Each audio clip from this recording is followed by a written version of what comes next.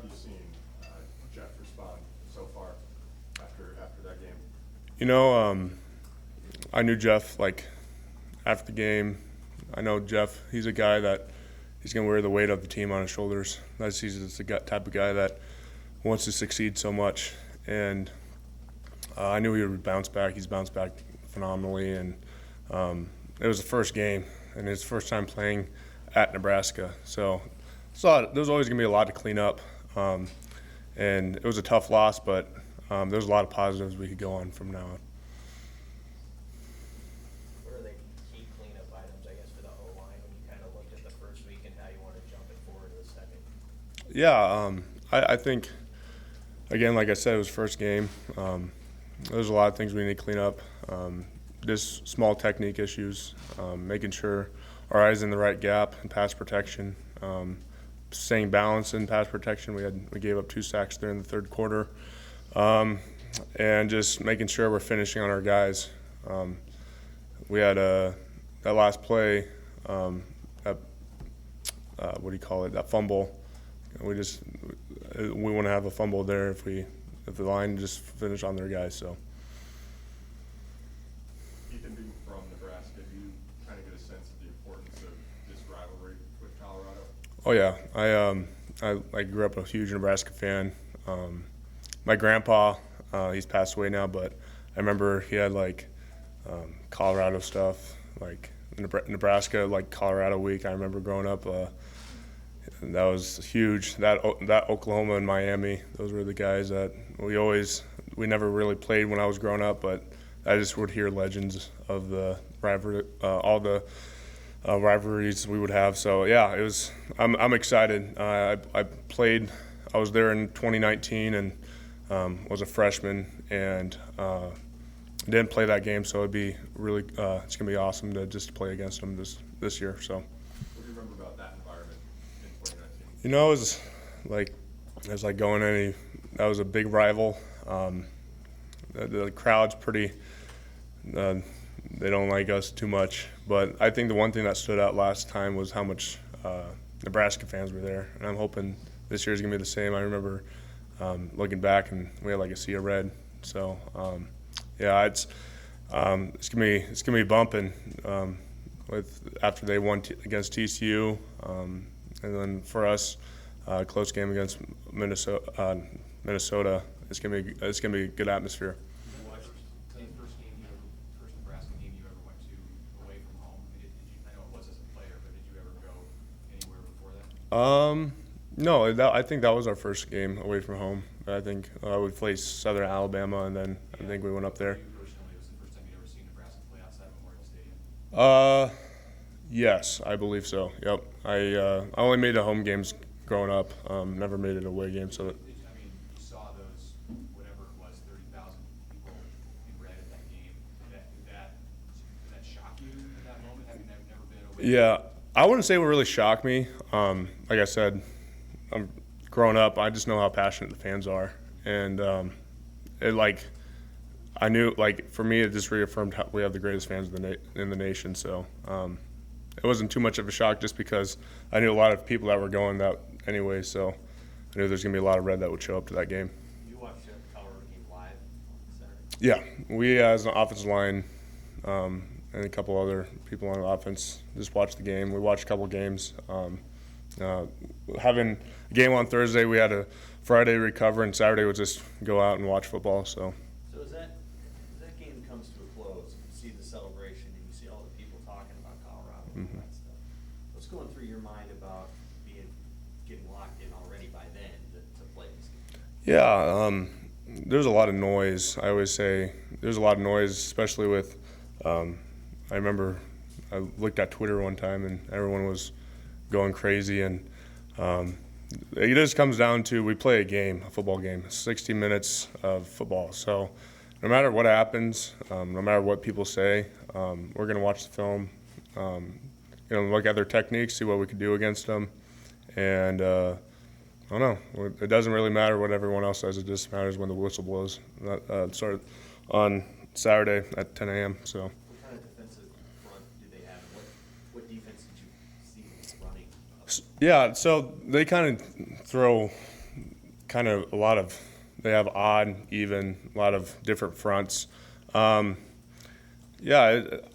of hard to tell, especially how fast the tempo was that both those teams played.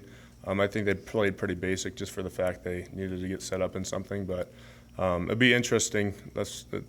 We only have one game on them, and all the players there are transfers, so it's going to be interesting just scouting them, and we just got to watch a lot of film this week. So. How valuable was that just to get one look at them with all these new players against a quality team last week? Oh, we were talking about that the other day. It was like trying to scout those guys for the first game must have been a headache, especially for the offensive line, just because you have no idea what's going to happen. New coach, like I said, every one person on their defense was a transfer, and it was like it's kind of hard to know how they're going to play off each other and how much they've changed or how the techniques that the coaching staff that they brought in was going to change their techniques. So yeah, it was good just to get them on film and see what they're kind of playing with. So. Nationally, there's so much talk about them now. It's understandable they win as a big underdog on the road, game one. Deion Sanders' debut. Mm-hmm. How is that received here? Do you guys take notice of the fact that they're getting so much of the attention this week leading into it? Yeah, I think especially younger guys being first time exposed to college football, that's probably what they're looking at on Twitter and stuff. But like one thing I liked about Deion, he always says it's about us, and that's the same mindset we have. You could get lost in the hype, you could get lost in rivalry, you could get lost in like we have two new head coaches playing against each other.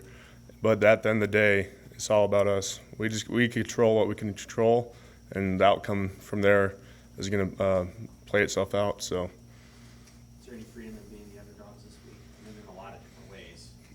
You know, I always view my mindset is I've been here for 5 years. I haven't made a bowl game, so in my mind, we're always the underdogs because we've always been fighting. We got new coaching staff, new stuff, and I never had the mindset of we're gonna like go like every team we face is gonna be a team that we gotta take seriously. So we gotta go play that game like we have nothing to lose. So.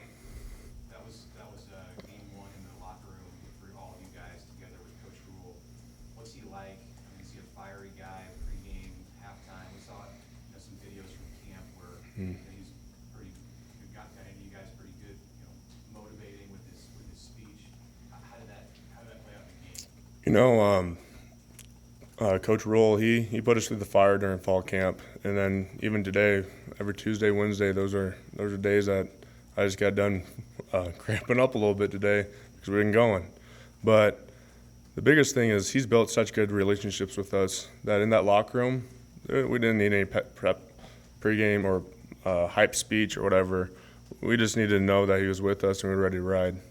We already went through all the stuff that through all the adversity together that we know that we have complete trust in each other that we're going to go out and just do our jobs. How much live work are you doing on Tuesday, Wednesdays? Like just like ones-on-ones, more like full tackling work compared to say past time? Let's just say I always say that the game is the easiest thing we could do.